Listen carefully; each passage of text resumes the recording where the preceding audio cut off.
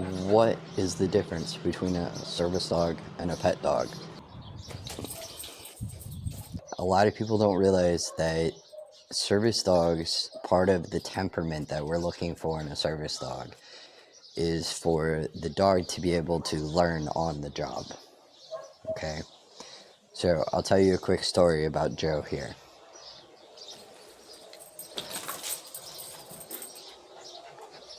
The second or third time that Joe and I flew together, we ended up in a really, really, really long line at TSA. And by the time I got up to the part where they give you back your stuff, I was in so much pain and I was out of breath and starting to hyperventilate. And at this time, Joe had several tasks on her, but I had not taught her a full body deep pressure therapy or treatment, depending on what word you want to use. And I was regretting that a lot in that moment. And so I ended up having to, the TSA people said, hey, we got to open your bags, blah, blah, blah. They always do.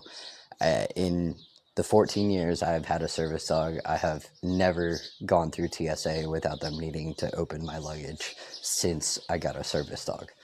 Before a service dog, I think I've been asked once for them to open my luggage. But the point is that she told me they were going to have to go through my luggage. I figured that. I said go for it, and I told her, I said, I have to sit down, and there were no chairs around. And so she was like, okay. And so I literally just if you guys are the counter, I literally just went down to the floor. And in the middle of an airport, at the end of the TSA, with all these people putting on their shoes, grabbing their bags, doing all these things on the other side, I laid down on the ground and, very out of breath, was giving hand gestures to Joe, and I had already taught her to go on my lap for deep pressure therapy. And so I basically guided her across my lap and then took a treat out of my pocket and guided her up to my chest and had her laying on me. Now, meanwhile, I had the original TSA lady asking me if I was actually okay, and I kept giving a thumbs up that I would be okay, just in a lot of pain. Then, while Joe was getting settled on my chest and I was moving her elbows slightly not to kill my ribs, because she is much bigger than my last service dog, in that moment, I had another TSA officer come over and kneel down over us, kneeling over her head to ask me if I was okay. Okay? That is two things. Well, three really for a service dog. One, it's a crowd. Two, it was essentially teaching her a variation of a command she already knew, but still a new command, to be able to help me to be able to breathe properly again. And then three, she had strangers kneeling over her asking if I was okay. Okay?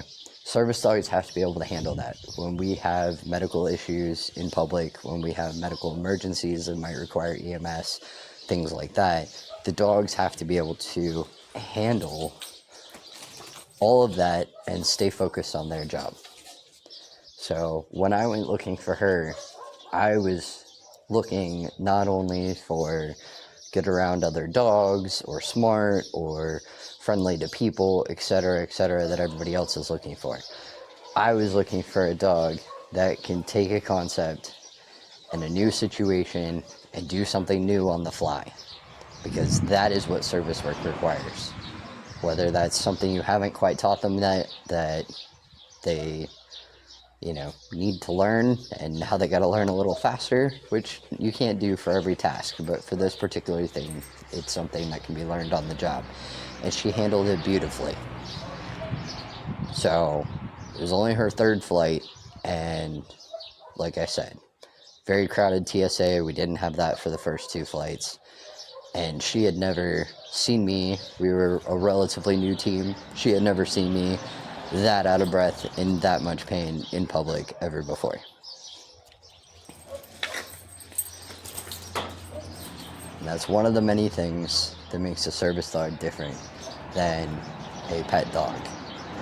And the quality that not every dog has that we're looking for in service dogs. To be able to do their job and help us even when things go crazy, and to be able to learn on the fly. It's very important.